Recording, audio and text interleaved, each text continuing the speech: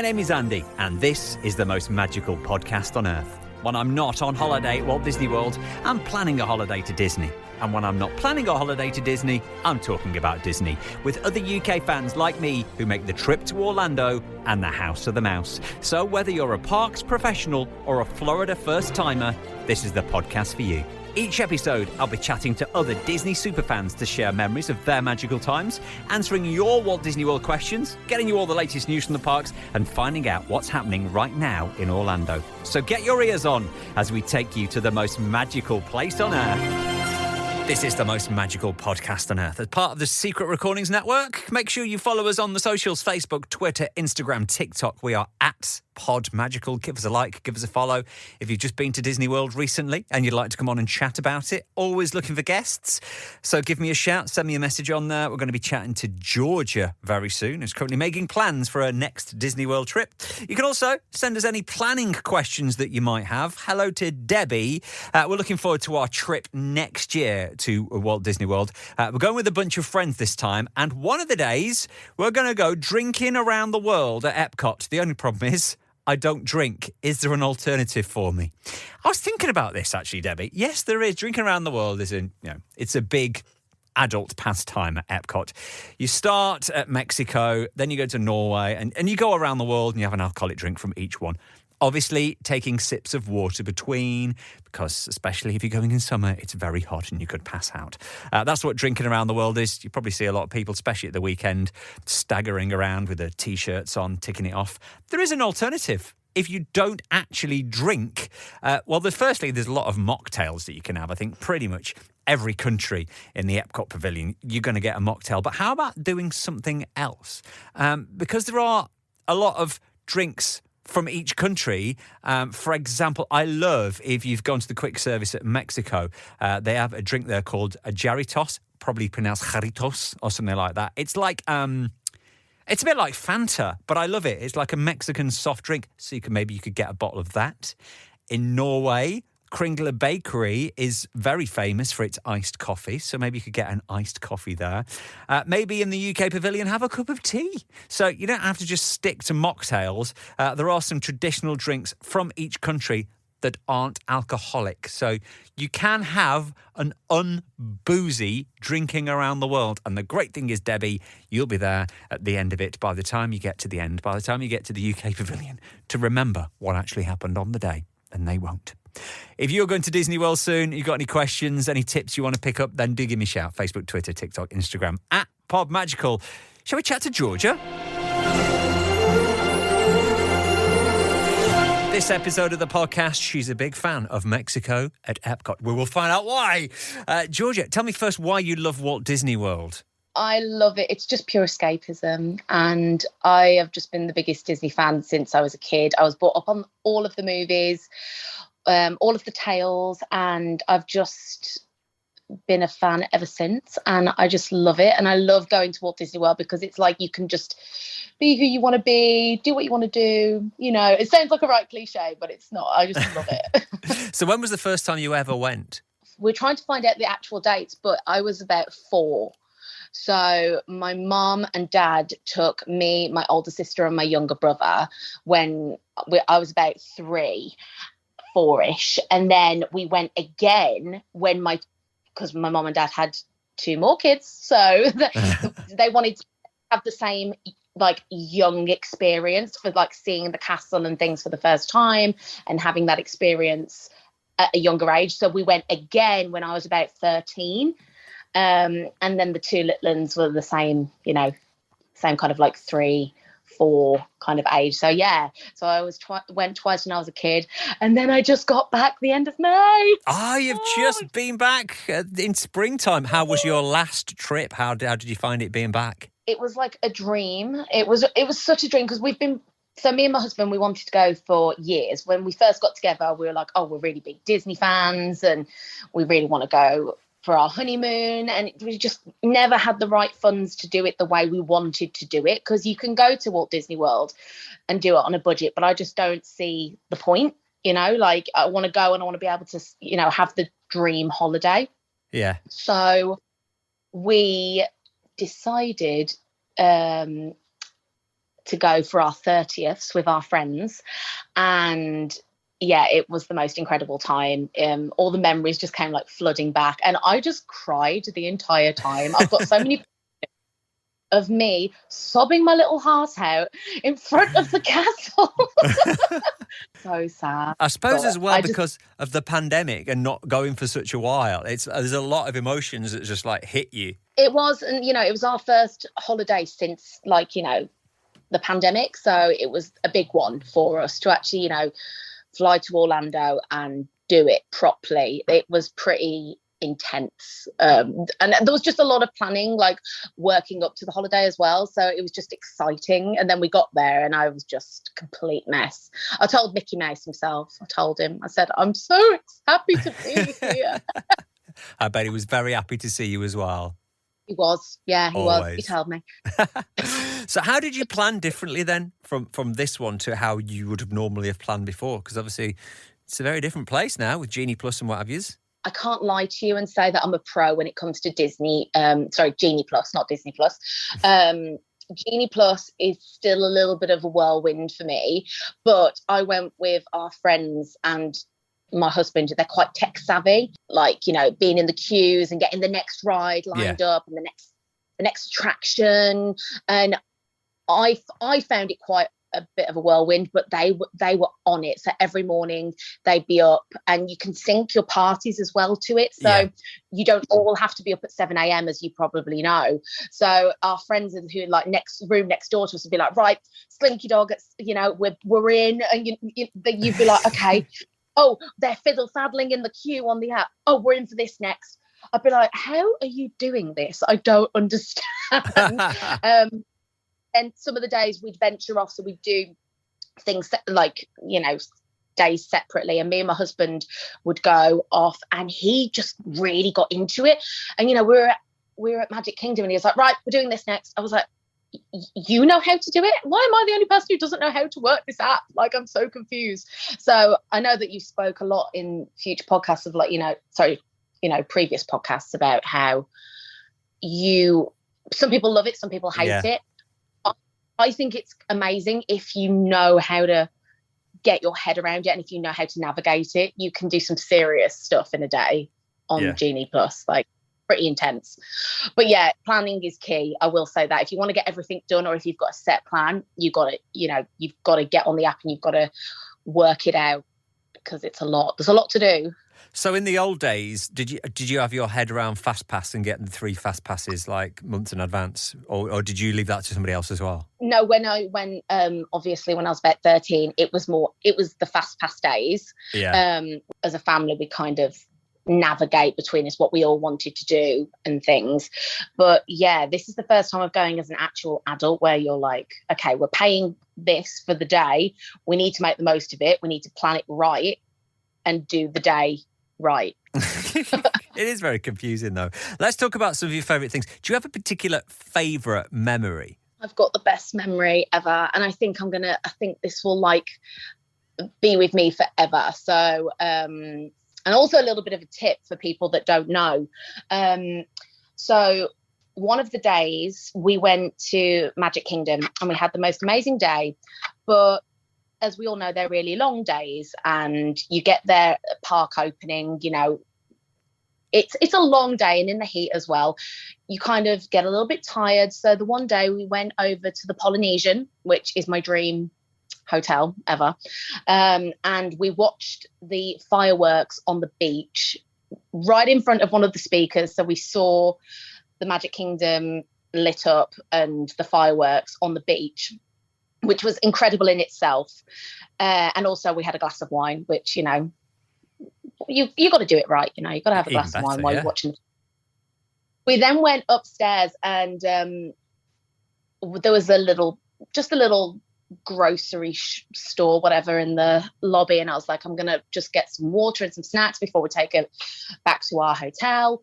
And my husband disappeared. And I walked back out of the shop, and he was like, they do pin trading in here. I'm a big pin trader. So I was like, oh my God, I've got to win a pin trade.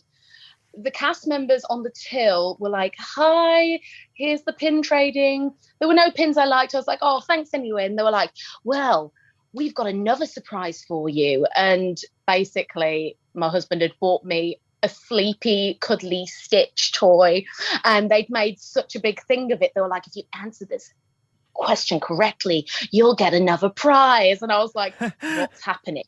Ready to go back to the hotel thinking everything's great. And then I just got presented this cuddly toy in the gift shop. Cast members were like, oh my God, don't cry. Like, they hugged me. And I was like, I don't know why I'm so emotional. Maybe I just had too many wines. I don't know. It could be, yeah. Jet lag, wine, Disney. It's just a big whirlwind of emotions. I know. And I literally, I was speechless. I was like, what?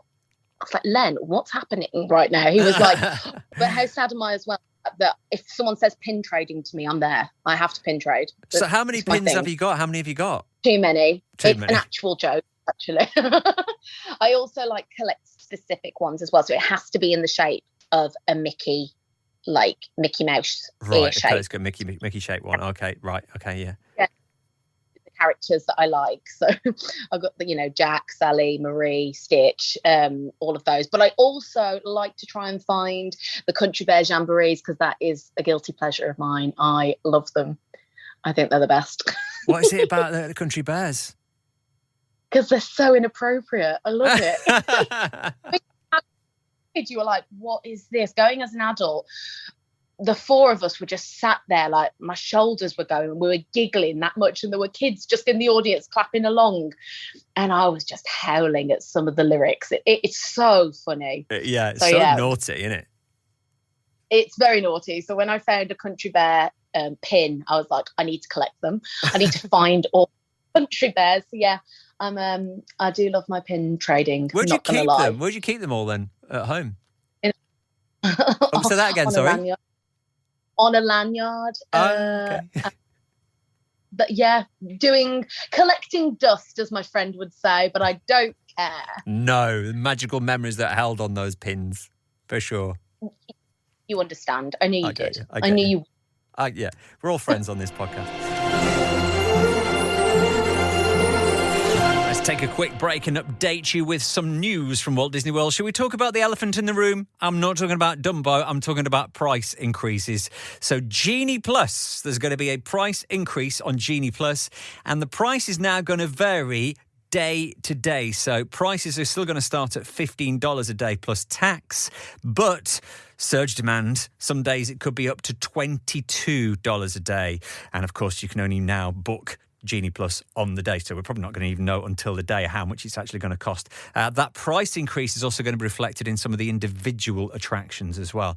And also another price increase at Walt Disney World. If you're going over to Star Wars Galaxy's Edge, you want to build a lightsaber or a droid, prices are now increased for that, $219 up to $249 plus tax. And we've got the return date for Fantasmic at Hollywood Studios. It is back from the 3rd of November, bigger and better than ever before, with a new Heroes sequence, a high-energy Aladdin chase with stunts never seen before on the Fantasmic stage, along with a powerful scene with Elsa using the song Show Yourself. Also, there's going to be more Pocahontas, more Moana, more Mulan.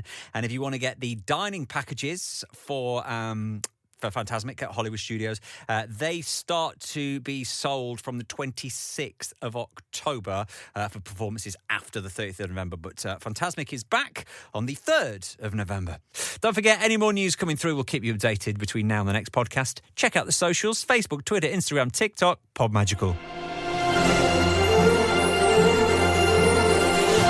Georgia is with us on the podcast. Now, we said that you're a big fan of Epcot and Mexico. What's the deal with Mexico? Well, first of all, the margaritas. Yeah. I mean, go to Mexico without margaritas. You can't.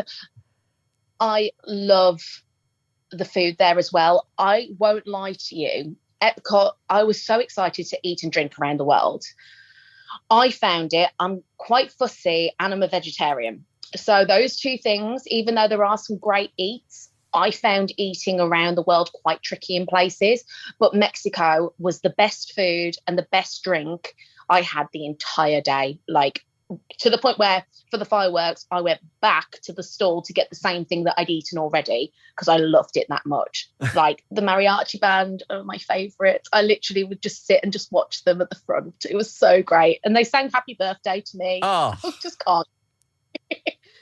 Again, another one of those magical moments, but it was amazing. As you mentioned, you're a vegetarian then. Where are your favourite places to eat in Walt Disney World? What favourite restaurants? A big one for me, which I didn't really know much about, but one of my other favourite parks is Animal Kingdom. I love Animal Kingdom so much. And top tip, if you're having a really relaxing day, go to the Nomad Lounge, which I just love. Get a seat on the river, watch the characters go by with a beer, and they do the most beautiful vegetarian food. The charcuterie boards with different vegetarian things on there, nice cheeses and things. They do like vegan sliders. They do so much great vegetarian food, which, it's out of this world. But do you have the churros? Yes. Oh my, the dipping sauce, I can't even. But that was one of my favorite. I mean, if you're going to Animal Kingdom, you're going for more of a slowed down kind of pace. Correct, yeah. That's my favorite things to do in the entirety of Walt Disney World, because I just love that lounge and I love the way that it's set on the river. So you can just watch Mickey and Minnie go past on a boat, eat some good food, drink some nice drinks. It's really good. That is one of my favourite spots in Disney World as well, just sitting there. And it's just as the bridge as you're going over to Pandora, and it's on your right. That's where it is. Yeah. Yeah, literally. That one, though, trying to get a reservation for that because we couldn't get a reservation before our trip. So that was in the queue trying to refresh, try and get a reservation. And we did. And we were early enough, so we were right, the perfect spot on that, that terrace, looking over. But yeah, that's again another key with Genie Plus. You've got to be on it in the queue. If you're waiting, just keep refreshing, just keep having a look for those reservations because they will come up. But you've just got to be patient pants on, and fiddle faddle, yeah. Fiddle. That's a Molly quote. That's a Molly quote. Molly all ears. Molly Mammoth Molly. So what's your favourite attraction then? Can I give you a top 3? Okay, then. Yes. Okay. About that. I mean, I think you've got to meet Mickey. You've got to meet Mickey. I would personally meet Mickey in Magic Kingdom. Yeah. And Square. I think it was a really magical place to meet Mickey Mouse, and Minnie's there sometimes as well, which is obviously the best. She's at the moment. I love Rise of the Resistance. Rise of the Resistance is probably one of the most jaw-dropping attractions I've ever been on in my entire life. I can't get over how the cast members are really involved in the ride before you even get on the ride. I don't want to give spoilers for people who haven't been on it, but I wasn't expecting it to be as immersive, and the cast members are incredible on it. So yeah, Rise of the Resistance, being a big Star Wars fan as well. All right, yeah. It's so good. And then my third one, sorry, that had to have 3, but I love the safari. I do. I just love, if I'm going to Animal Kingdom, I'm rope dropping it and I'm going straight, forget Pandora, forget it all. I love it, don't get me wrong, but I have to go. That sun's coming up and I have to go to the safari to see all the animals. Like, it's the best ever. Yeah, first thing in the morning as well when they're a bit more awake. Have you ever been stuck in a Giraffic Jam? No. Never been stuck in a Giraffic Jam. This happened to me on my last trip, actually. It's where the giraffes, because it's their place. They just stand in the middle of the road and don't move, and then the rest of the attraction, the cars can't go past. All the trucks have just got to stop and wait. And I think we were 10, if not 15 minutes. These giraffes were just stood there, but you can't move them because that's it's their place, isn't it? No, exactly. Oh wow, I would love that. We did see, however, the lions roaring. That was pretty incredible. That's cool. They were literally, it was like looking at them on Pride Rock, just roaring. And again, I cried. I just cried a lot. And again, you can't plan for these things. You can't make them do that. It's just the look. It's look. Yes, look. Where do you stay, by the way? Are you on-site, you off-site? Have you got a favourite hotel? Okay, so our last trip, we didn't stay on site. We stayed in a motel in Kissimmee, which was great, really easy and accessible to get into Walt Disney World. And you got to drive through the big sign as well, which is obviously where the magic actually starts. Yeah. That was great. But if money wasn't an object, it would just be the Polynesian. I just love to stay in the Polynesian. To wake up and see the castle every day would be incredible. Yeah, we're a big fan of the Polynesian. From eating to drinking to fireworks, I'd love to go. Poly's a beautiful resort. Yeah.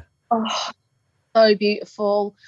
And like getting the boat over as well from the Poly, like in the morning, like so gorgeous. Really, really, really great hotel. That would be the dream. And obviously, there's the Animal Kingdom, lodge and things. They're all amazing, but the Polynesian is the one. I think that's where I'm going to be next time.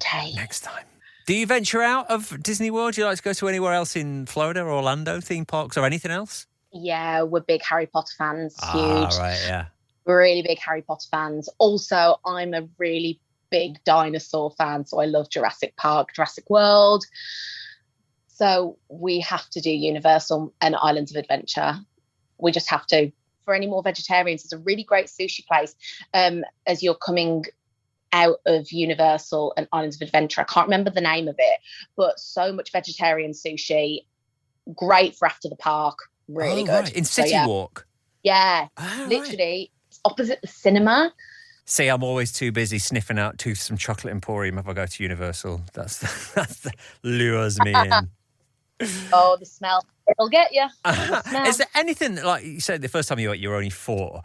Last time you went, was there anything that they no longer had and you're thinking, I'm good that that's not here anymore? Well, you say this. There's one early memory of the, in what was MGM, the big sorcerer's hat. Yeah. Yeah, I remember that. I remember seeing that and it's just kind of stuck in my head. Was it MGM? Yeah, Disney MGM Studios, yeah. Like I just remember seeing that going, oh wow, that was a memory. And there's still sometimes, if I follow quite a few Disney Instagram accounts, but like sometimes they'll do little throwbacks and you see it and you're like, oh, that used to be so beautiful walking past that. And it was huge as well. Yeah. When I was little, it was like, whoa, that's huge. Do you know what I mean? And underneath it, of course, they had the little pin trading shop. That's probably why you miss it so much. Probably why, yeah. Yeah, could be why. Georgia, before you go, I am going to give you your perfect Walt Disney World day. Now, this is not your only day at Walt Disney World, but if you had to do the perfect day. I feel like I need to challenge this the next time I go. Okay. But I think I could get it done in a day. Right. And I would someone to prove me wrong on this, but I'm going to try. So I'm waking up in the Polynesian. Obviously, yeah. And I'm going to Ohana's breakfast. Nice. The food. Again, another great place for vegetarians. Your own vegetarian skillet. Great. Mm-hmm. Great food. Then going to get the monorail into Magic Kingdom. For me, Magic Kingdom is walking in and just seeing the castle, hearing the music, having a cry, maybe getting some pixie dust, all of that. Meet Mickey, have a morning, but like I'm not running to Mine Train. I'm not running to Splash Mountain. I'm taking it all in. I've got my Joffrey's coffee. Yeah. I'm watching the Dapper Dans. I am seeing some characters. Like I say, I would really like to go and see Mickey. Doing a bit of pin trading, obviously. Great. As soon as I can park hop, I'm park hopping over to Animal Kingdom because I've got to go on Everest because I love Everest so much. And I've got to try and get on the safari. Right. So that's there. And maybe try and pop into Nomads. I'll try and pop into Nomads for a quick drink and maybe a slider. Okay. I'm there hopping to Hollywood Studios for Rise of the Resistance only. So I'm going straight to Rise of the Resistance. I'll probably get distracted by pin trading, but I'm getting on right? Yeah. I'm then getting Skyliner over to Epcot. I'm going to be in Epcot and I'm going to drink from Paris right round to Mexico, ready for Harmonious at the end of the day. I will try. And even if I've got to pay for Rise of the Resistance, I will do it. I think that is achievable. Yeah, you're going to have to pay for that lightning lane for Rise of Resistance, but that is very achievable. If only they would move that 2 o'clock park hopping restriction to a little bit earlier, or get rid of it whatsoever, that would be easily done. Exactly, because if I could get out of Magic Kingdom by about, I've got to see one of the parades. So, you know, if I could get out of there by 12, half 12, pushing it forward, I think it's achievable. If not, I'd have to take out Animal Kingdom and just do Hollywood to Epcot. Yeah. But I have to see Harmonious at the end of the day, because Harmonious is the best show ever. It is. Incredible. And you are currently planning a trip for next year with your sister, am I right? Yeah, we want to go for Mickey's Not So Scary Halloween, because we love that we love the decor of that autumnal feel, pumpkins and everything. That's what we're trying to plan, and maybe stay at the All-Star Music Resort, because we're big music fans, so lots of guitars and things there. So yeah, trying to plan. I'm going to make it happen. Needs to be booked. Book it, get it booked. Georgia, lovely chatting to you on the podcast. So nice chatting to you as well. I love chatting all things Disney. And have a magical day. Have a magical day. Fancy joining me as a podcast guest? Just give me a shout. Facebook, Twitter, Instagram, TikTok at PodMagical. Make sure you tag us in your photos if you're going to be going over to Walt Disney World very soon. We're into that sweet spot. I always talk about the sweet spot where if you go for Halloween, which is fastly approaching, if you're there for Halloween and then you're there at the beginning of November, you get Halloween and Christmas. You get the big changeover at Magic Kingdom. So let's see your pictures if you're going there. If you are going very soon, as I mentioned it's still Halloween. Mickey's Not So Scary Halloween parties are on at Magic Kingdom. It's the Food and Wine Festival at Epcot. The Eat to the Beat concert series continues at Epcot as well. This is great. If you're going over the next few weeks, there's some great acts you can see at Epcot. Of course, this is included in your normal price. At the American Pavilion, Ray Park Jr., the man who sang the Ghostbusters theme, he's on this weekend, followed by Billy Ocean, followed by Hanson, then Boyz II Men, Kenny G and Sugar Ray round up right towards the 14th of November. So pretty much from now to the end of Food and Wine over the next month or so, you've got some really good acts on at Epcot. Over at Universal, they have got their Halloween Horror Nights if you want to be absolutely terrified. The crowd's not too bad, moderate during the week, busy weekends, very busy over the Halloween weekend, and the weather's starting to cool. So it's still hot, it's still humid, it's kind of like the low 80s, but really quite nice at night now. You get those nice warm evenings, so enjoy if you're going.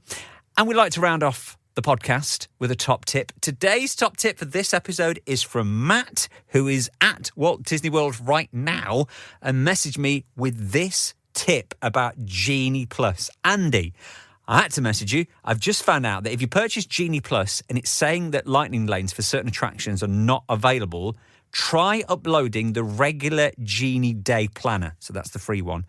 It's unlocked the ability to get a lightning lane for Rock and Roller Coaster that otherwise wasn't available before.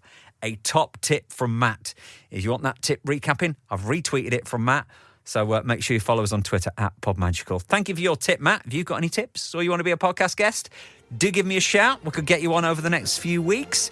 And don't forget to give us a like, give us a follow on the socials, and give us 5 stars if you're listening on Apple Podcasts or Spotify. It really does help people find us. So if you're listening and you love it, subscribe, give us 5 stars. I really appreciate that. And until next time, please stand clear of the doors.